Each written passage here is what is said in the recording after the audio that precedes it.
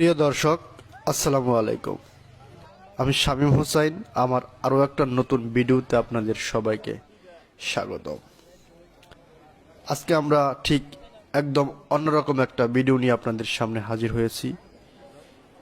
ভিডিওটির থাম্বনেল এবং টাইটেল দেখে আপনারা ইতিমধ্যে বুঝতে পেরেছেন আমাদের আজকে ভিডিওটা একটু ভিন্নধর্মী হতে চলেছে।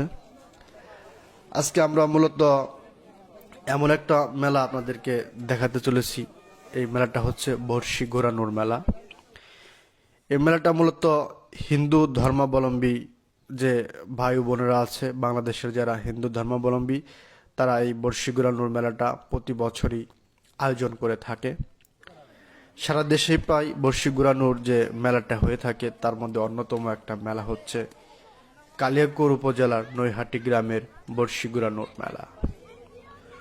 প্রতি বছরের মতো এবছরও কালিয়াকৈরের এই নৈহাটি গ্রামে এই বর্ষি ঘোরানোর মেলার আয়োজন করা হয়েছিল।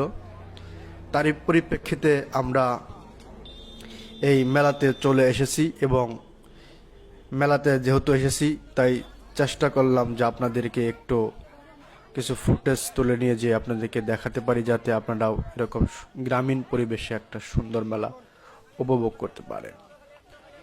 আপনারা দেখতে পাচ্ছেন যে মেলাতে অসংখ্য মানুষ তারা এসেছে। বিভিন্ন দোকানপাট, বিশেষ করে খাবারের দোকান, খেলনার দোকান এবং অন্যান্য দোকানগুলো মেলাতে বসেছে।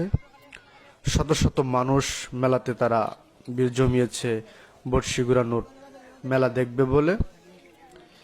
এটার লোকেশন হচ্ছে, আপনি যদি কালিয়াকৈর থেকে মেলাতে আসতে চান তাহলে আপনি কালিয়াকৈর থেকে ধামরা যাওয়ার যে রাস্তা পাড়াগ্রামের দিকে, এই রুটে আপনাকে আসতে হবে। তারপরে আপনি নৈহাটি আসার পর একটু লোকাল রাস্তা ধরে একটু পূর্ব দিকে যেতে হবে। তাহলে ওই নৈহাটি এলাকার যে শস্য ক্ষেত আছে ঠিক তার মাঝখানেই এই মেলাটা বসে।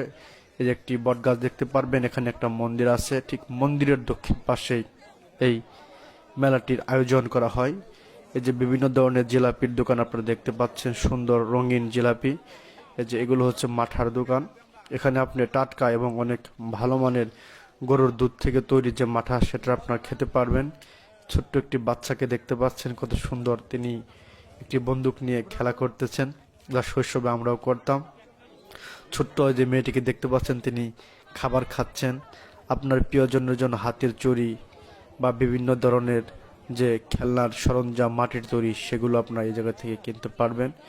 সব মিলিয়ে সুন্দর একটা মেলা। যাই হোক, সবাই ভালো থাকবেন এবং বর্ষি ঘোরানোর যে অংশটুকু সেটা আমরা হয়তো দ্বিতীয় পর্বে দেখানোর চেষ্টা করব। আশা করি দ্বিতীয় পর্বের জন্য আপনারা অপেক্ষা করবেন। সবাই ভালো থাকবেন।